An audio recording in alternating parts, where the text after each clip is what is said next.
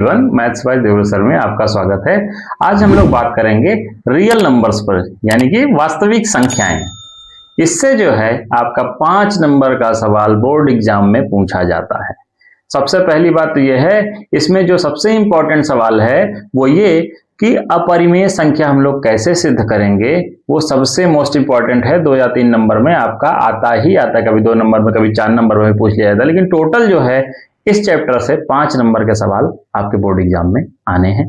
तो आइए हम लोग समय को ना गंवाते हुए चलते हैं अपने सवाल की ओर। यहाँ पे हमारे पास पहला सवाल है कि सिद्ध कीजिए कि √3 एक अपरिमेय संख्या है। तो यहाँ पे हम लोग क्या करेंगे, मान लेंगे कि माना √3 इज इक्वल टू a/b। ठीक है, जहां पे बहुत लोग p/q भी मानते हैं, तो p/q a/b कोई फर्क नहीं है, कुछ भी आप मान सकते हैं। यहां पे कंडीशन क्या है, परिमेय संख्या कब होती है, जब ये नॉट इक्वल टू 0 हो। इसको हम लोग समीकरण 1 बना देते हैं। ठीक है, माना √3 इज इक्वल टू a/b एक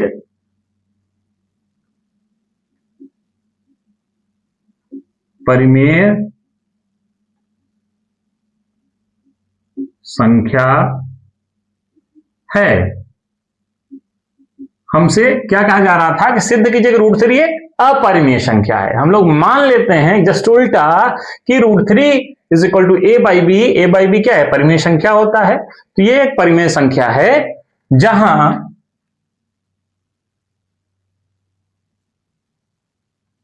a तथा b, जहां a तथा b दो ऐसे सह अभाज्य कोप्राइम फैक्टर्स, ठीक है, सह अभाज्य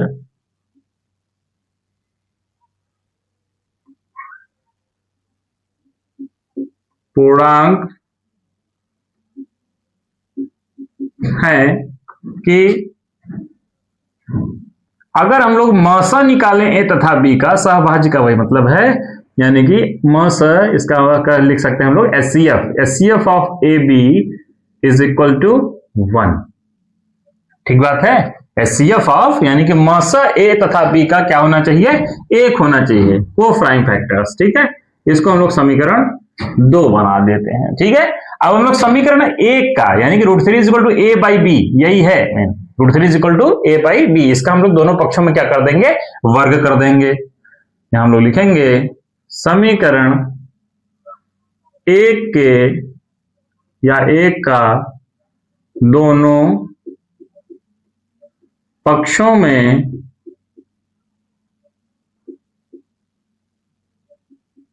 वर्ग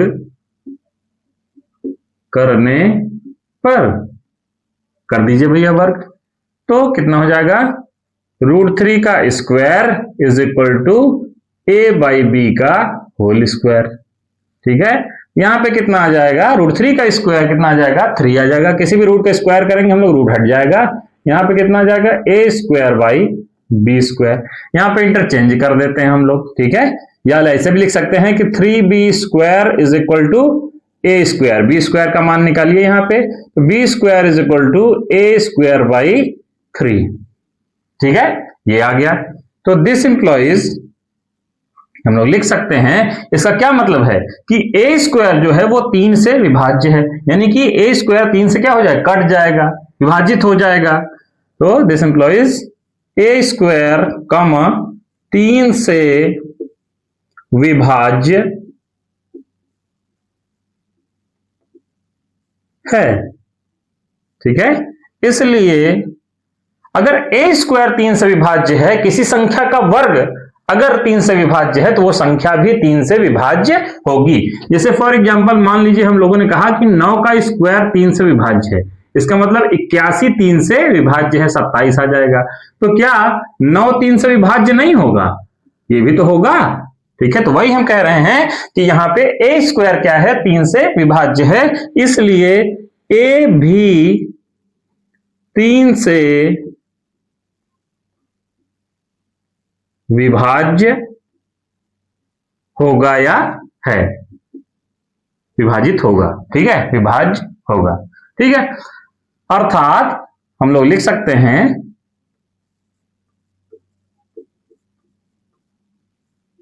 अर्थात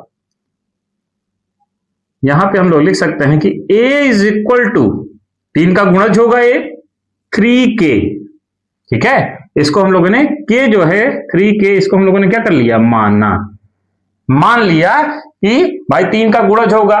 जैसे यहाँ पे 9 3 का गुणज है, 3 त्रिक का 9 3 बार गया, तो यहाँ पे एक कितनी बार में आएगा, हम लोगों ने मान लिया k बार में आएगा, ठीक है। तो 3 का गुणा k में करने पे ये आ जाएगा, हम लोगों ने मान लिया। इसको हम लोग दिखा देते हैं समीकरण, इसको दिखा देते हैं 3 समीकरण हम लोग आसानी के लिए बना देते हैं। ये हो गया समीकरण 4। अब यहां से हम लोग a का मान समीकरण किस में रख देंगे, 3 में रख देंगे, ठीक है। तो समीकरण 3 व 4 से, ठीक है।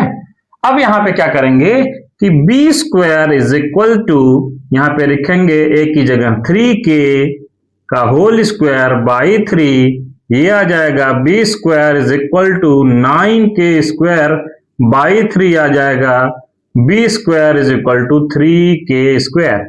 अब यहां से आप k स्क्वायर का मान निकालिए, ठीक है, इधर लिख लेते हैं हम लोग। तो यहां से अगर हम लोग k स्क्वायर का मान निकालेंगे तो कितना आ जाएगा, बी स्क्वायर बटे 3 आ जाएगा, ये आ जाएगा k square is equal to B square by 3। अब यहां पे देखिए जैसे हम लोग यहां पे थे सेम दैट वैसे ही वहां पे है।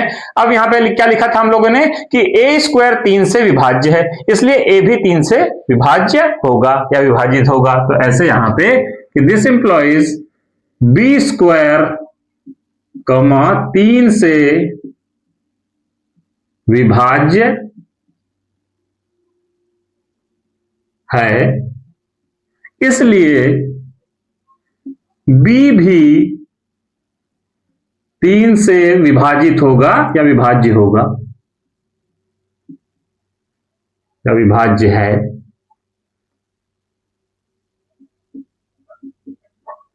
ठीक है। अर्थात यहां भी वैसे ही b भी क्या होगा, 3 का गुणज होगा, तो b इज इक्वल टू 3, वहां पे हम लोगों ने क्या लिख दिया था, k लिख दिया था। अब यहां k नहीं लिख सकते, जरूरी थोड़ी है कि उसी बार में आए, तो कुछ अलग होगा कि हम लोग k1 लिख सकते हैं, k डैश लिख सकते हैं, कुछ लिख सकते हैं। इसको भी हम लोगों ने क्या कह दिया, माना, ठीक है। समीकरण हम लोगों का बन गया ये कौन सा, ये बन गया 4, यही 5 हो जाएगा ये। अब देखिए समीकरण 4 व 5 से, 4 व 5 से हम लोग क्या निकालेंगे, एचसीएफ निकालेंगे। एचसीएफ क्या होता है, मासा क्या होता है, जो दोनों में कॉमन हो। तो यहां पे देखिए 3k है, यहां पे कितना है, 3k डैश है, ठीक है। तो 3 क्या है, दोनों में है। तो हमारा समीकरण 4 व 5 से, समीकरण से घबराइएगा नहीं, आपको आसानी के लिए हमने बनाया है। तो एचसीएफ ऑफ ए बी क्या हो जाएगा, 3 हो जाएगा। और हमने क्या माना था कि एचसीएफ ऑफ ए बी कितना आना चाहिए, 1 आना चाहिए। ये आ कितना गया, 3 आ गया। इसका क्या मतलब है, गलत है। हम लोग लिख सकते हैं परंतु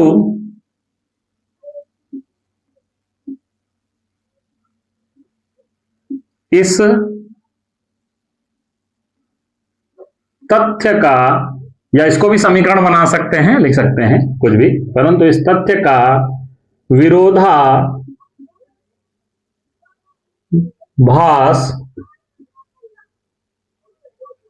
प्राप्त होता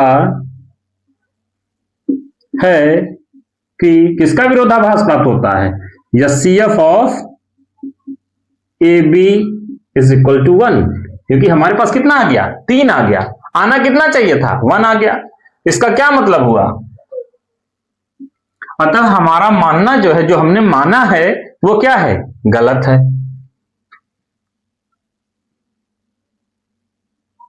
अर्थात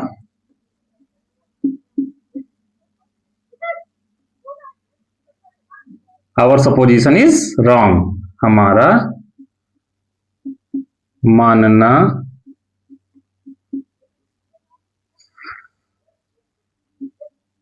गलत है। अतः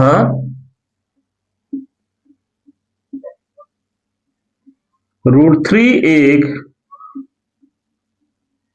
हमने क्या माना था, √3 एक परिमेय संख्या थी, वो गलत हो गया जो हमने माना था, इसका क्या मतलब, जस्ट उल्टा होगा।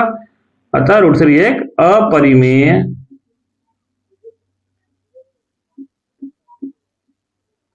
संख्या है।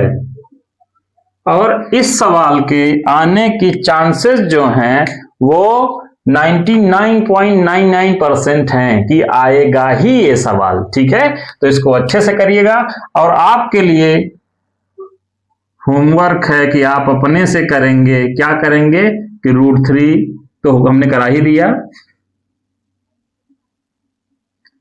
√2, √5, √7 एक अपरिमेय संख्या है, एक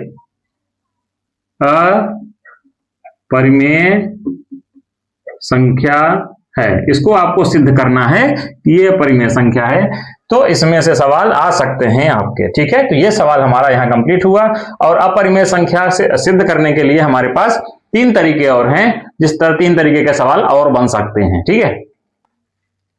आइए हम लोग चलते हैं अपने दूसरे सवाल की तरफ। इस तरह के सवाल भी पूछे जाते हैं। सबसे बड़ा सवाल जो सबसे ज्यादा लिखने उठने वाला प्रोग्राम था वो पिछले सवाल में था। अब इस तरह का भी सवाल हम लोगों से पूछा जाता है। कह रहा है कि दिखाइए कि 3√2 एक अपरिमेय संख्या है। दिखाइए कि लिख सकता है, सिद्ध कीजिए कि, और भी चीज लिख सकता है, ठीक है। तो यहाँ पे हम लोग मान लेंगे, उसी की तरह सेम दैट मानेंगे। हम इसलिए सिमिलर लिख रहे हैं ताकि आपको लिखने में दिक्कत ना हो, ये लगे आपको कितना तो सेम ही है, कोई दिक्कत है नहीं। तो माना 3√2 है शायद, हाँ 3√2, जो वहां माने तो वही यहां भी मान दीजिए, is equal to a/b, b is not equal to 0, है ना। ये हमारा समीकरण 1 हुआ। क्या माना था, एक परिमेय, ऊपर वाला सब में सेम दैट है, परिमेय संख्या है, ठीक है, जहां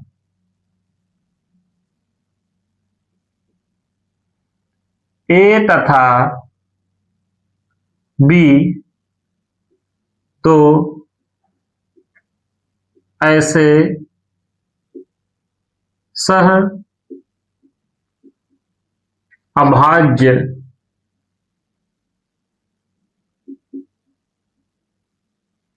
पूर्णांक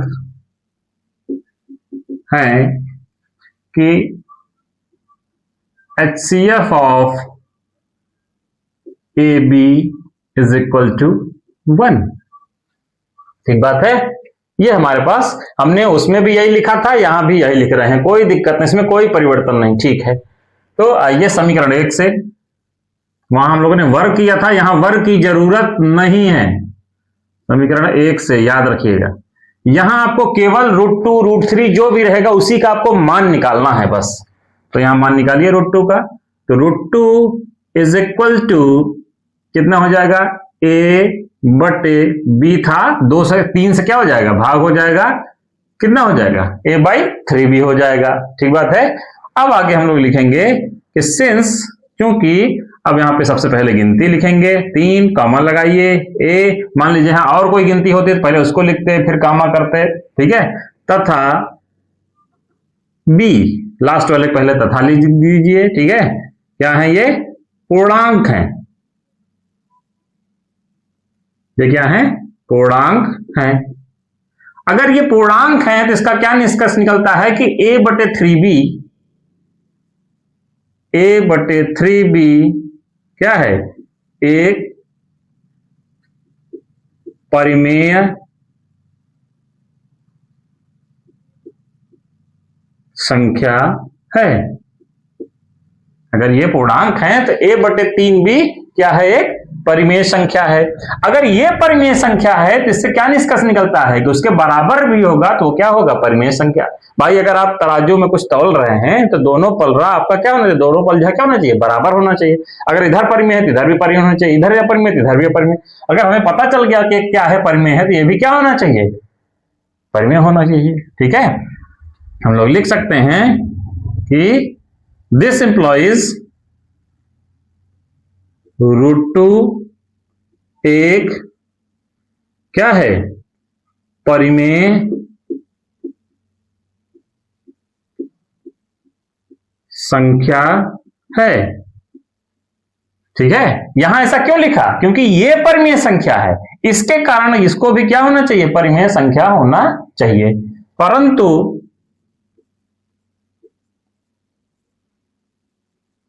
इस तथ्य का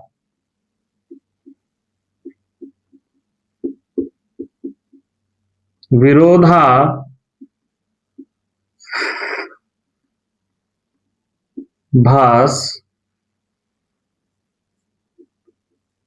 प्राप्त होता है कि, इसका विरोधाभास है ये कि √2 एक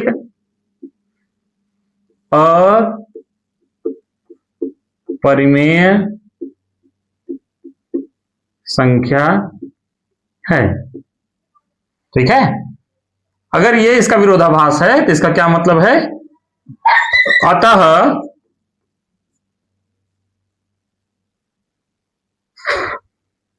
(3√2) एक क्या है, अपरिमेय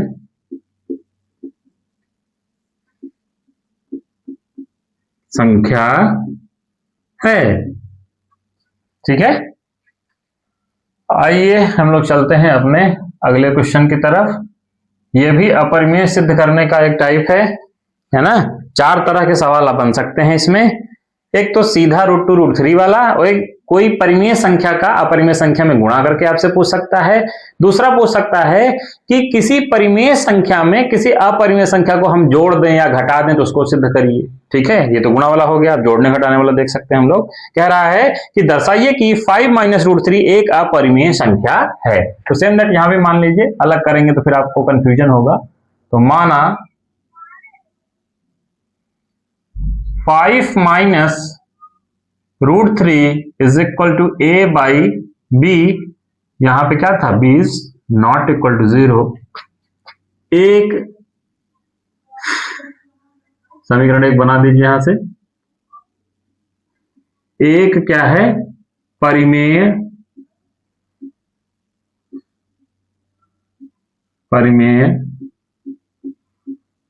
संख्या है, जहां a तथा b दो ऐसे सहभाज्य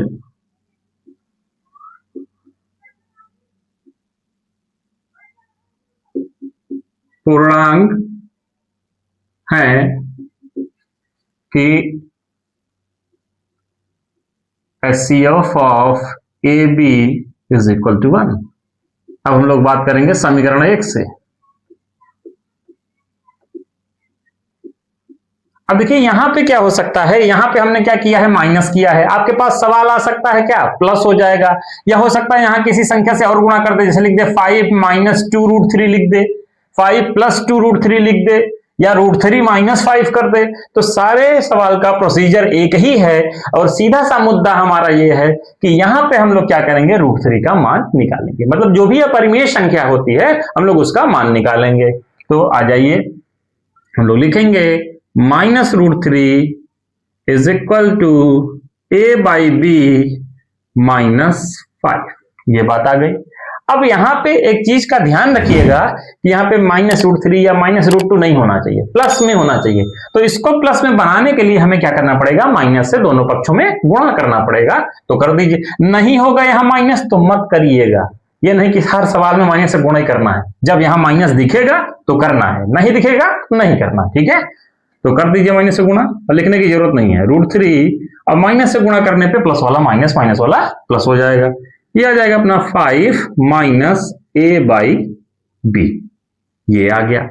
अब यहां पे उसी की तरह हम लोग लिखेंगे, क्योंकि 5, a तथा जितनी भी संख्याएं यहां जो जो रहेगा 1 2 3 4 जो भी रहेगा सब यहां लिखेंगे, तथा b क्या है, पूर्णांक है, पूर्णांक है। तो इससे क्या होगा कि ये हमारा क्या हो जाएगा, परिमेय संख्या हो जाएगा। दिस इंप्लॉइज, यहां कह सकते हैं कि 5 माइनस a/b क्या है, एक परिमेय संख्या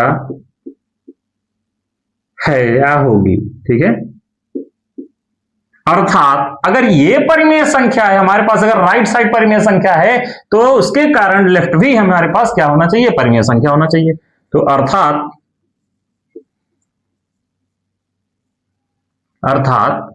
√3 एक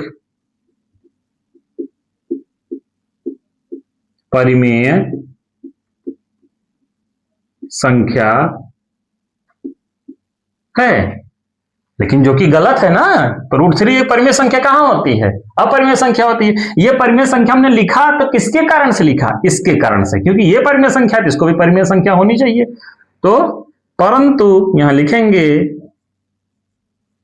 परंतु इस तथ्य का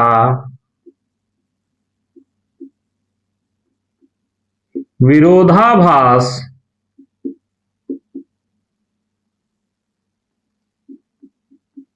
प्राप्त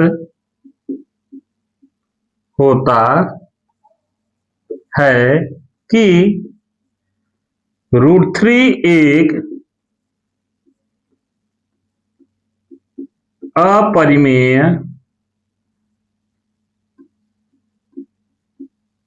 संख्या है।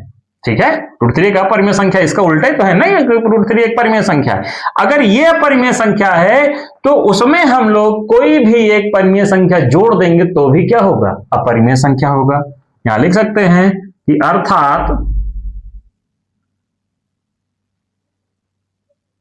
या अतः लिख सकते हैं, या लिख सकते हैं अर्थात हमारा मानना गलत है कि ये 5 माइनस √3 एक परिमेय संख्या है। अतः अगर ये परिमेय संख्या नहीं है जो हमने माना, हमने क्या माना, परिमेय संख्या, ये क्या निकल गया, गलत निकल गया, और सपोजिशन इज रॉन्ग। ठीक है, तो विच इज द कंट्राडिक्शन, यही विरोधाभास, कंट्राडिक्शन मतलब विरोधाभास। अतः हम लिख सकते हैं कि 5 माइनस √3 एक क्या है, अपरिमेय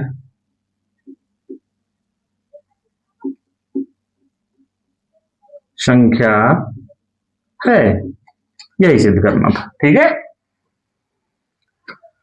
आइए हम लोग चलते हैं अपरिमेय सिद्ध करने के सवाल के टाइप नंबर 4 पे। यहां क्या होगा कि जब हम लोग एक अपरिमेय संख्या में एक अपरिमेय संख्या जोड़ देते हैं या घटा देते हैं, तो उसको हम लोग कैसे सिद्ध करेंगे कि ये क्या है, एक अपरिमेय संख्या है, ऐसा भी सवाल पूछ लेता है। तो यहां पे हमारे पास है कि सिद्ध कीजिए कि √3 + √5 एक अपरिमेय संख्या है। तो हम लोग मान लेते हैं, उसी तरीके से चलते चले जाएंगे। माना √3 + √5 इज इक्वल टू a/b। यहां पे कंडीशन क्या है कि b is not equal to 0 होना चाहिए। समीकरण 1, ये क्या है, एक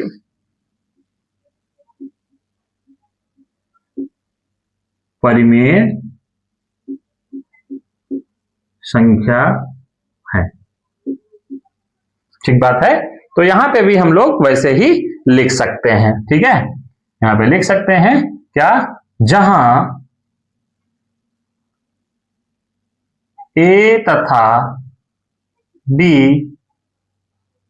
दो ऐसे सह अभाज्य पूर्णांक हैं कि HCF ऑफ यानी कि मास ए बी बराबर क्या हो जाए 1 हो जाए। अब हम लोग समीकरण 1 से लेते हैं। समीकरण 1 से अब यहां पे देखिए हमें क्या करना है, वहां पे रहता था तो किसी रूट का मान निकाल, यहां पे दो दो रूट हैं, एक ये वाला है और एक ये वाला, तो यहां पे आप स्वतंत्र हैं कि इन दोनों में से किसी एक को हम लोग क्या कर देंगे, पक्षांतर कर देंगे, किसी एक को। ठीक है, चाहे जिसको, आप √3 को कर सकते हैं, √5 कर सकते हैं, जिसका मन उसको कर दीजिए, कोई दिक्कत की बात नहीं है। तो मान लीजिए हम लोग √5 को कर देते हैं, तो √3 is equal to a by B minus √5, ये बात हो गई। अब यहां पे हम लोगों को देखिए मान नहीं निकल पाया रूट का, इधर भी रूट है इधर भी रूट है, क्या करना पड़ेगा, दोनों पक्षों में वर्ग करना पड़ेगा। तो यहां पे हम लोग लिखेंगे दोनों पक्षों में वर्ग, या तो पहले टाइप वाले में होता है या तो इसमें होता है, बाकी किसी में वर्ग नहीं होता है, मत करिएगा। दोनों पक्षों में वर्ग करने पर, ठीक है, तो वर्ग कर दीजिए, ये कितना हो जाएगा, √3 का square is equal to a by B minus √5 का होल स्क्वायर कर दीजिए, रूट का स्क्वायर करेंगे रूट हट जाएगा, और यहां पे करेंगे माइनस बी का होल स्क्वायर, तो a स्क्वायर यानी कि a स्क्वायर बटे बी स्क्वायर आ जाएगा, प्लस बी स्क्वायर यानी कि कितना आ जाएगा, ये 5 आ जाएगा। ठीक है, अब इसके बाद यहां पे -2ab, तो -2a बाई बी साथ में √5।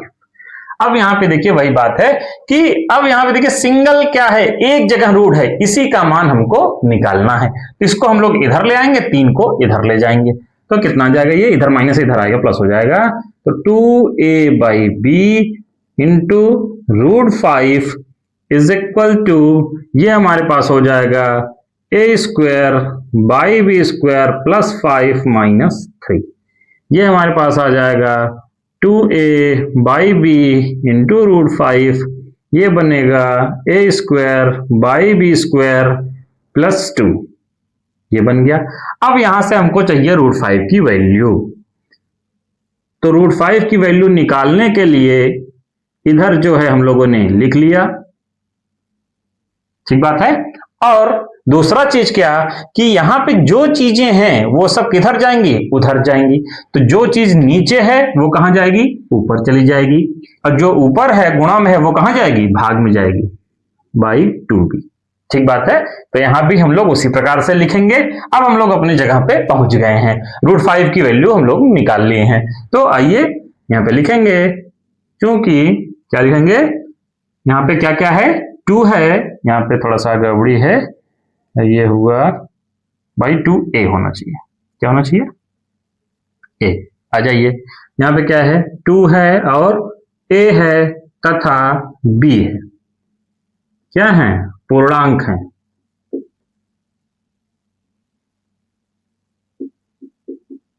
ठीक है, ये पूर्णांक है, तो ये पूरा हमारा, तो ए बटे बी या बी बटे ए क्या होगा, पूर्णांक होगा, और उसका स्क्वायर करेंगे तो वो भी क्या आएगा, एक पूर्णांक आएगा, तो पूरा क्या हो जाएगा, एक परिमेय संख्या हो जाएगी।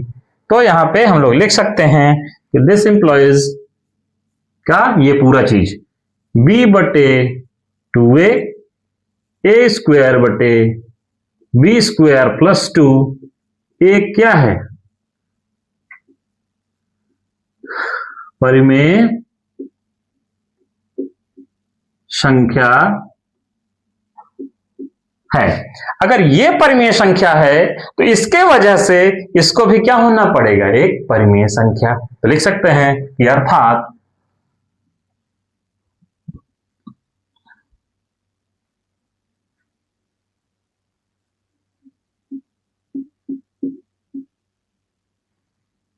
√5 एक परिमेय संख्या है। यहां लिखेंगे परंतु इस तथ्य का, कौन सा तथ्य, इस तथ्य का विरोधाभास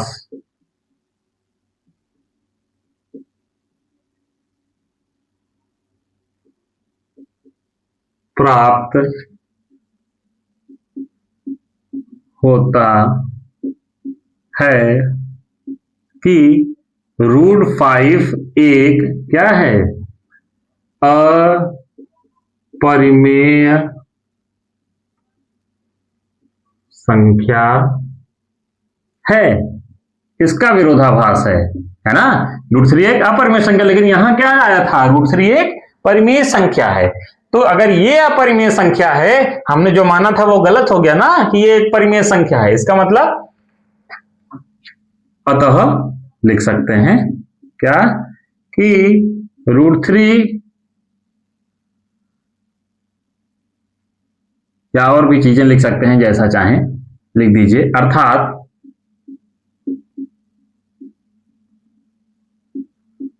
हमारा मानना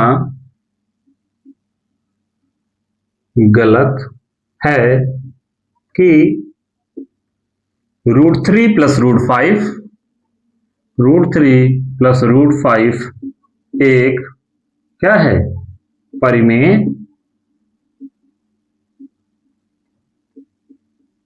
संख्या है। अतः अगर परिमेय संख्या नहीं है तो क्या होगी, जस्ट उल्टा। परिमेय संख्या नहीं है तो क्या होगी, अपरिमेय संख्या। √5 एक अपरिमेय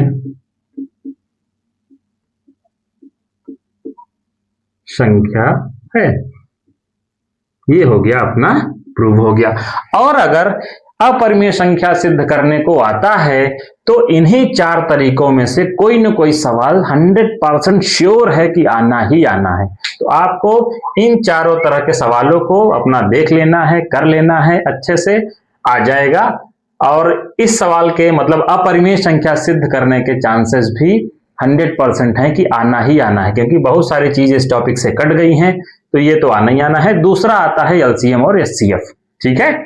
उसमें भी यूक्लिड डिवीजन टाइप का था, उसमें भी वो कट गया है यूक्लिड विभाजन प्रमेयिका से, और बचा है आपका अभाज्य गुणनखंड, तो उससे पूछा जाता है, तो हम लोग उस पर भी कुछ सवाल कर लेते हैं। आइए हम लोग चलते हैं 5th क्वेश्चन की ओर। यहां पे देखिए कह रहा है अभाज्य गुणनखंड विधि द्वारा 96 और 404 का एचसीएफ और एलसीएम निकालिए। किसका, 96 और 404, 96 और 404, ठीक है। इसका हम लोग अभाज्य गुणनखंड विधि से क्या निकालना है, लसा और मासा। तो सबसे पहले अभाज्य गुणनखंड आपको करना है, एक चीज याद रखिए, जिस विधि से कहे आपको उसी विधि से करना है। सबसे पहले गुणनखंड कर लेते हैं। 404 का गुणनखंड करेंगे तो सबसे पहले ये 2 से कटेगा, कितना आ जाएगा, 202 आ जाएगा। फिर हम लोग 2 से काटेंगे तो 101 आ जाएगा। अब 101 किसी के टेबल में नहीं आता तो वो क्या होगा, 101 से ही कटना है, ठीक है। और 96 का हम लोग देख लेते हैं इसी प्रकार, ये इसका आ जाएगा 2 आ जाएगा, और ये आ जाएगा 48, और फिर 2 से काटेंगे ये आ जाएगा 24, फिर 2 से काटेंगे ये आ जाएगा 12, फिर 2 से काटेंगे आ जाएगा 6, फिर 2 से काटेंगे आ जाएगा 3, फिर 3 से काटेंगे आ जाएगा 1। तो लिख लेते हैं हम लोग यहाँ पे 1 2 3 4 5, 1 2 3 4 5 और क्या 3, और इसका भी लिख लेते हैं 2 2 1 0 1। अब यहां पे हम लोगों को क्या निकालना है, HCF निकालना है, ठीक है। HCF of 96 and 404। अब देखिए HCF में क्या होता है कि जो दोनों में, जो गुणनखंड दोनों में हो हम लोग वही लेते हैं। तो देखिए यहाँ पे दो कितनी बार, 2 बार इसमें है, अब इसमें कितनी बार है, 5 बार है। तो जितनी बार दोनों में होगा यानी कि 2 बार, 2 बार तो यहां है, 2 बार तो यहां, बाकी को हम लोग सब छोड़ देंगे। तो 2 इंटू 2 ये हुआ। बाकी और जितनी भी बार है, अब देखिए 3 यहां है लेकिन यहां नहीं है, अब 101 यहां है लेकिन यहां नहीं है तो छोड़ देंगे। अब यहां 3 बार और है 2 लेकिन यहां नहीं है तो छोड़ देंगे। ये हमारे पास आ जाएगा कितना, 4। हमारा HCF कितना आ गया, 4 आ गया। एलसीएम देख लेते हैं। तो एलसीएम ऑफ 96 एंड 404, 404 ये कितना जाएगा। अब देखिए एलसीएम निकालने का क्या तरीका है, ये भी वही तरीका है। सबसे पहले जो कॉमन है उसको लिखेंगे। तो कॉमन कितना था, 2 बार 2 लिख लिया, ठीक है। फिर देखेंगे कि पहले वाले से क्या बचा। ये तो हमारा क्या हो गया था, कॉमन पहले से। ये क्या हो गया, पहले से कॉमन था, याद रखिएगा। ये पहले से कॉमन हो गया। बचा क्या हमारे पास, वो लिखना है। पहले से क्या बचा वो लिख लेना है। तो पहले से इतना बचा है यानी कि 2 इंटू 2 इंटू 2 इंटू 3 ये बचा था हमारा, ठीक है। इंटू दूसरे से क्या बचा, 101, 101। अब हम लोग इसका क्या कर लेंगे, पूरे का मल्टीप्लीकेशन कर लेंगे, ठीक है। 2 दूनी 4 दूनी 8 दूनी 16 दूनी 32, 32 ये 96 हुआ। तो 96 का 101 में गुणा कर देंगे हम लोग, आ जाएगा 96 और 96। ये हमारा क्या आ गया, एलसीएम आ गया। इसमें एक सूत्र भी जरूरत पड़ सकती है आपको, वो क्या कि 2 संख्याओं का, नोट करके लिख लीजिएगा, 2 संख्याओं का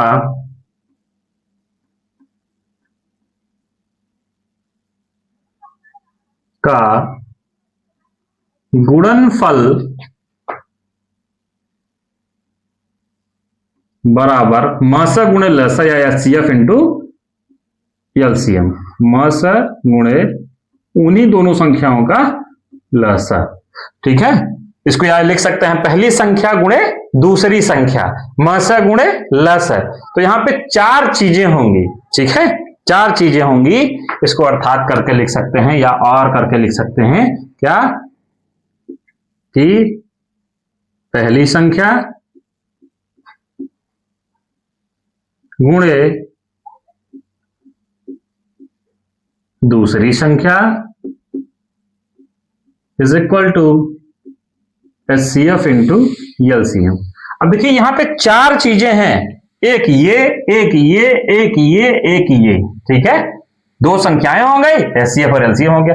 इन 4 चीजों में से कोई भी 3 चीज आपको दी रहे, चौथी अगर पूछे तो आप इसी फार्मूले के सहारे से निकाल सकते हैं। जैसे आपको दे दे कि 2 संख्याएं हमारे पास, जैसे ये दे दे कि 2 संख्याएं हमारे पास 96 और 404 हैं, इसका लसा 96 है, इसका मसा निकालिए। तो इसी में रख दीजिए, पहली संख्या 96, दूसरी संख्या 404, HCF नहीं पता है HCF लिखेंगे, एलसीएम को लिख देंगे 96। इससे क्या कर देंगे, भाग कर देंगे, HCF का मान आसानी से आ जाएगा।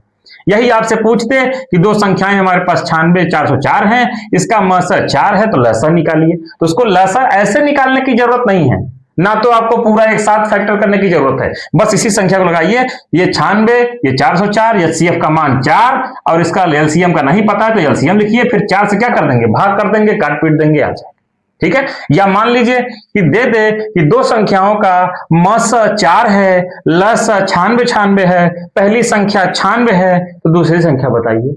तो पहली संख्या को हम लोग लिखेंगे 96, दूसरी संख्या को दूसरी संख्या लिखेंगे, इसको लिखेंगे 4, इसको 96। यहां जो पहली संख्या होगी इससे हम लोग क्या कर देंगे, भाग कर देंगे, काट पीट देंगे, आ जाएगा। तो याद रखिएगा कि अगर इन 4 चीजों में से कोई भी 3 चीज आपको दिया है, चौथी पूछेगा तो आप कोई और तरीका नहीं लगाएंगे, केवल यही फार्मूला लगाएंगे, आसानी से आप कर पाएंगे, ठीक है।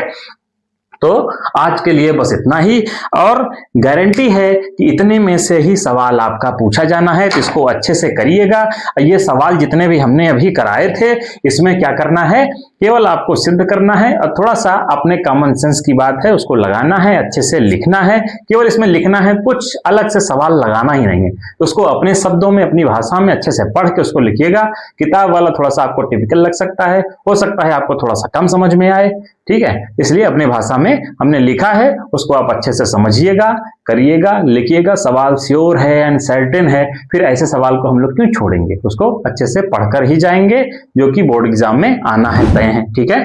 तो इसको आप, अगर वीडियो को अच्छा लगा हो आपको, तो इसको आप दूसरों को शेयर करें, सब्सक्राइब करें और लाइक करें। जय हिंद।